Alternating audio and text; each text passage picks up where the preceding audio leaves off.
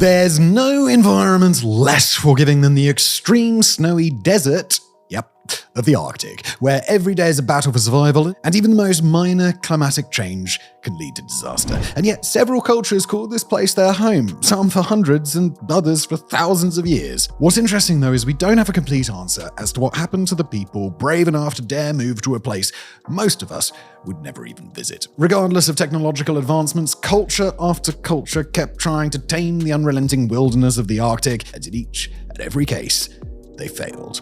Why is that so? And what wiped them all out? Well, those questions are yet to be answered.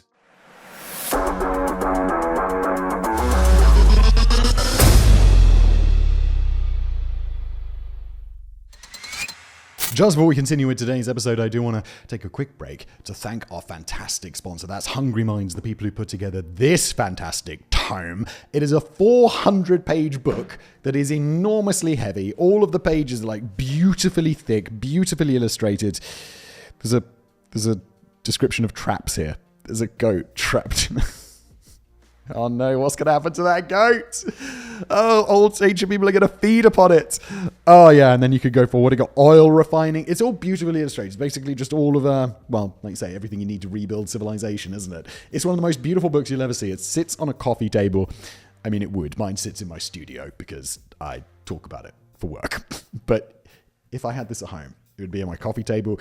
It's a beautiful thing. You can scroll through or flick through the pages instead of scrolling through whatever nonsense you're watching on TikTok or Instagram Reels or stuff like that. Just get this instead. You'll actually learn something. You'll enjoy the tactile experience of the pages and looking at all the beautiful illustrations. It's also a fantastic gift. I've gifted this to people out of my own pocket. Haven't even asked the sponsor for a free one because I just wanted to get it to people quickly.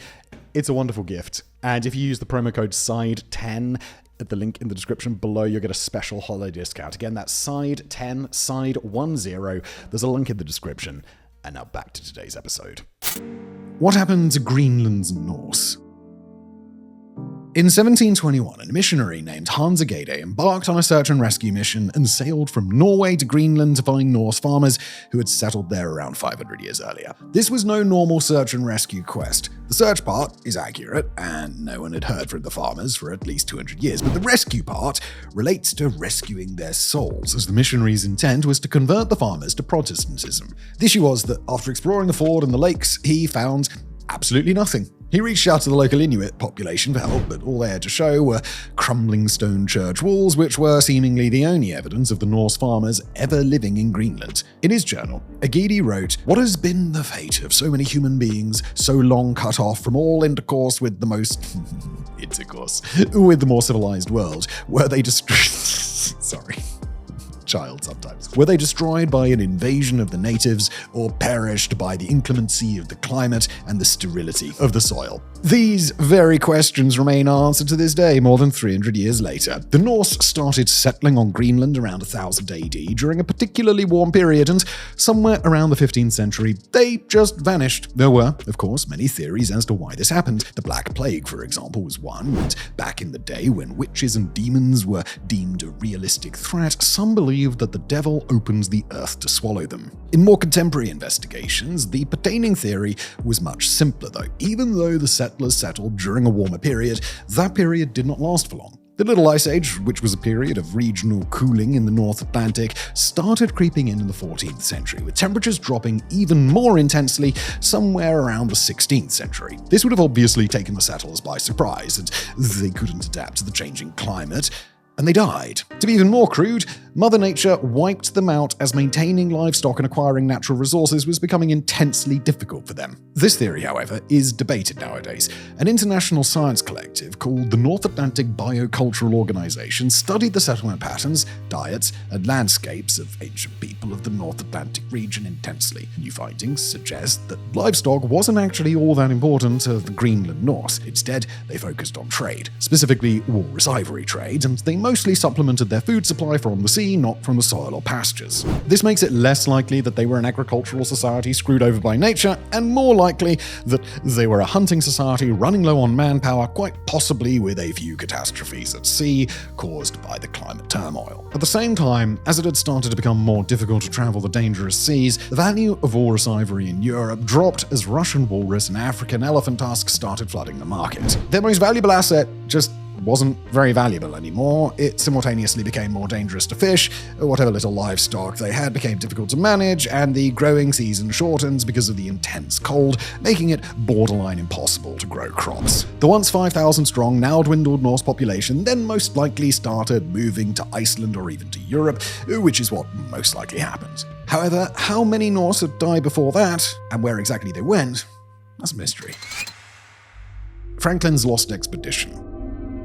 The mysterious fate of John Franklin's expedition of the Canadian Arctic is one of the most well-known Arctic mysteries, even if it may not be all that ancient. In 1845, Captain Sir John Franklin, accompanied by a crew of almost 130 men and officers aboard the HMS Erebus and the HMS Terror, set out to explore the unnavigated sections of the Canadian Arctic. On September 12, 1846, both ships became trapped in ice off King William Island. According to crew notes, which were found by later explorers and investigators, the two ships spent the winter of that year and the winter of 1947 stuck in the ice, with John Franklin himself dying in June of 1847. It's extremely unusual for a vessel to be stuck in ice for 2 winters in a row, but according to historic records, the winters of 1846 and 1847 were unusually cold, which made it impossible for the ships to break out. In 1948, a year after the leader of the expedition had died, the crew made the decision to make a break for it. Food supplies on the ships were dwindling, the cold was unforgiving, and there was no indication of it ever getting warmer,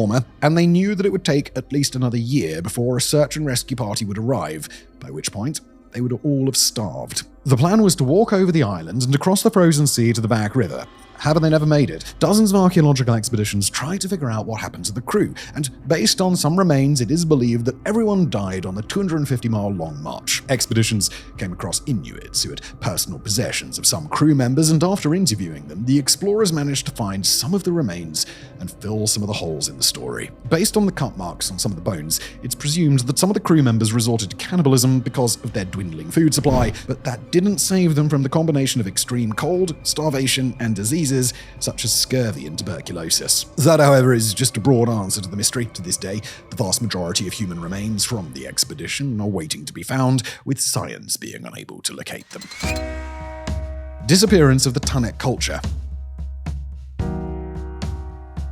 When the Inuit people first arrived in the North American Arctic, they encountered a culture unlike anything they'd ever seen before. They were much taller than the Inuit, and according to legend, they were capable of crushing the neck of a walrus single-handedly. For the longest time, Inuit stories of this culture were considered nothing more than a myth, but today, we know that the Tuniit people, also known as the Dorset people, did in fact exist. What nobody knows, however, is where they went. The Tuniit people inhabited modern-day northern Canada and Greenland from about 500 BC to between 1000 and 1500 AD. The exact time period of their existence is difficult to determine because of the lack of material evidence. The existence of the Tuniit people was first recognized in 1925 when anthropologist Diamond Jennis received artifacts from Cape Dorset, nowadays known as Kingate. These artifacts included blades, oil lamps, and stone tools, as well as some carvings. Even though it was originally believed to be of Inuit origin, the patterns on the carvings of a polar bear and the seal were very distinct from traditional Inuit carvings. The Tuniit were very well adapted to living in the extreme cold, with most of their food coming from hunting sea mammals that use holes in the ice to breathe, which the Tuniit used to locate prey. They hunted walruses, narwhals, and seals with harpoons, eating the meat, using the oil for their oil lamps, and making clothes from the thick pelts. They lived like this for at least 1500 years, and then nothing. As if they vanished without a trace, all evidence of the Tuniit culture stopped appearing around 700 years ago. Genetic research found that there's no relation between the Inuit and the Tuniit, meaning that the two ethnic groups never came together and procreated, and there's no evidence of a major conflict either. The former is actually very surprising for evolutionary geneticists and anthropologists, because traditionally, as soon as two different ethnic groups would come across one another, well, they would have intercourse. This was actually very common with the first humans. For example, Neanderthals had sex with the earliest Homo sapiens, and Here's a fun fact for you. Because of this, Neanderthal DNA is present in some humans today, and there's research suggesting that the very same genes found in Neanderthals and in humans whose ancestors had mixed with Neanderthals might be contributing factors to cancer and even potentially hair color. Back to the Tuniit though. If the Tuniit never became a part of Inuit culture and they were never killed in conflict, well, what happened to them? A study published in 2014 suggests the previously unknown migration had occurred around 5,000 years ago, which is how the Tuniit first got to the Arctic, and according to the analysis of maternally inherited DNA, their tribes included very few women. In fact, it's entirely possible that the founding population started with just a single woman. Women are vital to any population as, well, men alone cannot procreate, yet... Gonna clone myself. And putting the pressure of survival on an entire colony on the back of a single woman is generally a bit of a bad idea. Aside from all Tuniit today likely coming from a single woman or very few women, they were culturally conservative and closed off, refusing to accept newcomers or mix with other ethnic groups, which led to a lack of genetic diversity. Obviously. With all of this in mind, the current leading theory behind their disappearance credits Viking traders, or more precisely the deadly diseases that those traders brought with them, with that being part of the reason they just simply disappeared. It is possible that Greenland's Norse that we mentioned earlier interacted with the Tuniit, although this cannot be confirmed. The appearance of Thuls, the ancestor of modern-day Inuits, also coincides with the fall of the Tuniit culture. Although the idea of a war between the two cultures is highly debated, it is possible that the Thuls simply pushed the Tuniits out of the way. The technology the Thuls possessed when they first arrived in the Arctic, such as specialized hunting weapons and insulated houses, made them much better at surviving and expansion. Their territorial prevalence most likely played a part in the disappearance of the Tuniit people, even if they never engaged in an open conflict. Another important factor behind the Tuniit's disappearance is, of course, climate change. As explained earlier, their ice hole hunting technique was absolutely key to their survival, and during medieval times, the planet faced something known as the medieval warm period, which, as the name implies, resulted in a global temperature rise. For the Tuniit, this means a decline in sea ice, which prevented them from hunting the best way they knew how, likely contributing to their disappearance between 1000 and 1500 AD. Now, all of these theories are still just theories. Our understanding of the Tuniit is still really poor, and their disappearance is still an Arctic mystery. Disappearances of the independence cultures. Now, if you traveled to pre-Christ Greenland, you would come across a pre-Inuit culture known as the Independence One culture, named after the Independence Fort, which had been the place they called home. This is the earliest known culture in northern Greenland, with the oldest evidence of their existence dating to 2500 BC. Even nowadays, northern Greenland is an extremely harsh place to call home, which would make the Independence people some of the most badass people who ever lived, considering that they thrived in that area for at least half a millennium. The area they occupied is a barren, snowy desert with permanent sea ice cover, consistent winter darkness, and temperatures so low they make wintertime Canada look like Cuba. The Independence One people adapted by living a nomadic lifestyle. Their dwellings were more similar to modern tents than fixed houses, and they kept themselves warm by setting their tents up around hearths. The hunter-gatherer culture herded musk ox for food and clothing, also supplementing their diets with plenty of fish, and interestingly, the Arctic fox, which made up about 45% of their diet. Around 1900 BC, Independence One culture ceased to exist, although some scientists argue that it survived until 1300 BC, but in very small numbers. The issue is, though, nobody knows what happened to them. More than 51 archaeological sites of this culture were found, and every single one failed to provide a logical explanation behind the culture's disappearance. It's quite possible that their over-reliance on the musk ox is part of the culture's downfall, as it could have led to overhunting, and when you deplete a critical food source, you tend to end up pretty damn hungry. Although Arctic foxes made up almost half their diet, they would have had to hunt them by the hundreds to meet the insanely high caloric demand in the extreme cold, and that simply wasn't a viable survival strategy. It's also believed that the large portion of the Arctic fox in their diet was a winter-only finding. Their diet during the remainder of the year likely revolved around the muskox. Some theorize that the culture migrated to southern Greenland, which is a more hospitable area. There, they would have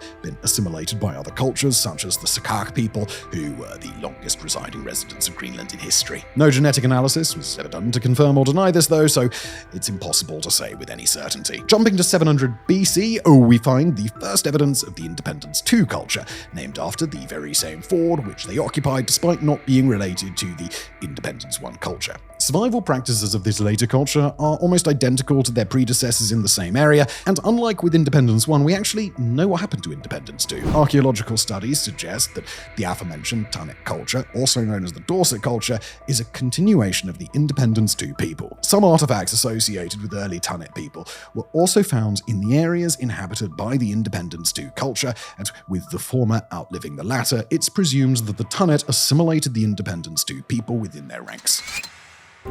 The strange genetic relationship of ancient Arctic people. So perhaps the biggest mystery modern anthropologists face when researching the now-dead cultures of the Arctic are the intercultural relationships. The remains are few and far between, and it's much more difficult to discern who is the ancestor of who than with European settlers. What's known for certain is that the Sakak culture is most definitely the first culture to settle in the Arctic, at least according to the evidence we have today.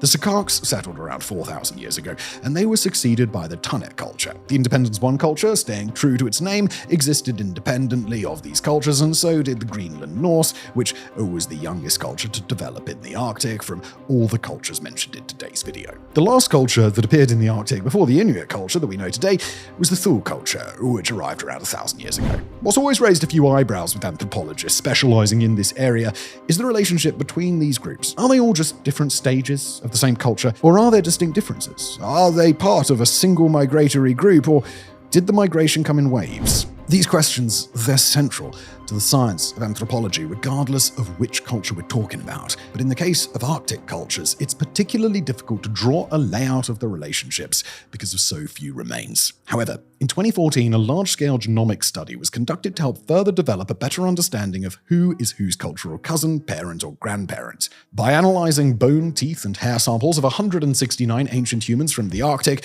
biologists at the University of Copenhagen generated genome data that helped them put a few things in the right place. For one, the Tuniit culture and Sakak culture apparently came from the same pre-Inuit people whose oldest remains date to about 3000 BC, with the lineage ending at around 1300 AD. They are also genetically distinct from Native Americans and Inuits, which contradicts the long-believed theory of migration and implies that these pre-Inuits arrived in a separate migratory wave. This would mean that there were 4 migratory waves into the Americas: the Amerins, the Nan-Dene Native Americans, the pre-Inuits, and the Neo-Inuit Thules. But as we close the chapter on one mystery, we open the page on another. The study suggests that the pre-Inuits survived cold spells that wiped out most of the region, and during those periods, they migrated to modern-day southern Canada. If that had happened, they would have shared land with Native Americans for thousands of years, and yet there is absolutely no genetic or archaeological evidence on either side to indicate genetic mingling of these two very distinct groups. This means